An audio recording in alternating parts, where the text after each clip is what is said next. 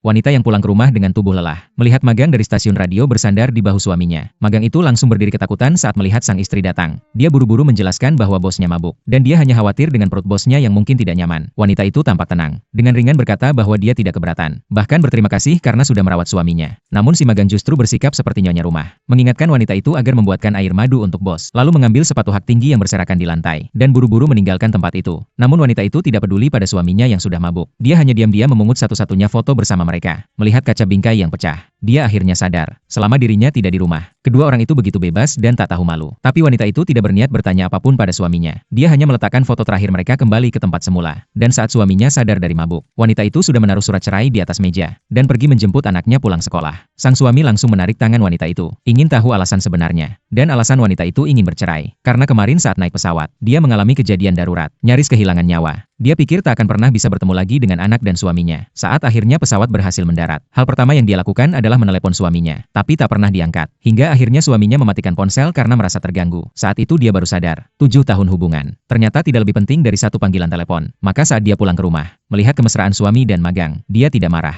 Hanya merasa sangat jijik dari dalam hati. Saat istri mengajukan cerai, sang suami sama sekali tidak merasa bersalah. Bahkan datang ke sekolah mengancam sang istri, jangan terlalu egois. Cerai akan merusak masa depan anak mereka. Dia bahkan mengejek gaji kecil istrinya, yang katanya tidak sanggup membesarkan anak. Sementara dia orang terkaya. Dan karena wanita itu menikmati uangnya, dia merasa wanita itu tidak boleh menentangnya. Wanita itu hanya tertawa dingin, dan bertanya anak yang mana di sekolah itu adalah anaknya. Ternyata sang suami tidak bisa mengenalinya sama sekali. Istri merasa sangat lucu. Tanpa berkata apa-apa, dia langsung masuk ke kelas, dan dengan lembut membangunkan anaknya untuk pulang. Saat itu juga, hubungan 4 tahun pacaran dan 3 tahun pernikahan membuatnya mulai sangat meragukan segalanya. Di jalan pulang, suaminya menerima telepon dari Magang. Dengan terang-terangan mereka saling menggoda. Melihat suaminya begitu lembut, wanita itu baru sadar. Sudah sangat lama suaminya tidak meneleponnya dengan penuh kesabaran seperti itu. Mengingat semua yang terjadi, wanita itu langsung mengambil keputusan yang egois. Setelah anaknya tidur, suaminya menariknya, dan berkata tidak punya waktu untuk saling curiga. Asal wanita itu tetap di posisi sebagai istri, dia bisa memenuhi semua permintaan. Wanita itu kecewa, dan berkata, kalau dia memang mengejar uang, 7 tahun lalu dia tidak akan memilih menikah dengan pria itu. Tapi sang suami tetap merasa wanita itu hanya sedang marah. Bahkan berkata, dalam 3 hari wanita itu pasti akan kembali memohon. Namun wanita itu sudah bulat untuk mengakhiri pernikahan yang memalukan ini. Keesokan harinya, wanita itu tetap pergi bekerja ke stasiun televisi seperti biasa. Di ruang siaran, host dan Magang sedang bertengkar hebat karena perubahan pembawa acara. Ternyata suami wanita itu diam-diam mengganti host dengan Magang. Saat host hampir melakukan kekerasan, wanita itu segera menghentikan mereka. Magang itu dengan wajah tak berdosa berkata, dia sama sekali tidak tahu soal pergantian itu. Bahkan katanya suami wanita itu juga tidak memberitahunya. Penjelasan itu penuh sindiran halus. Wanita itu menyadari semuanya, tapi tidak ingin memperpanjang masalah. Dia pun berbalik dan keluar dari ruangan, langsung menelepon sang suami.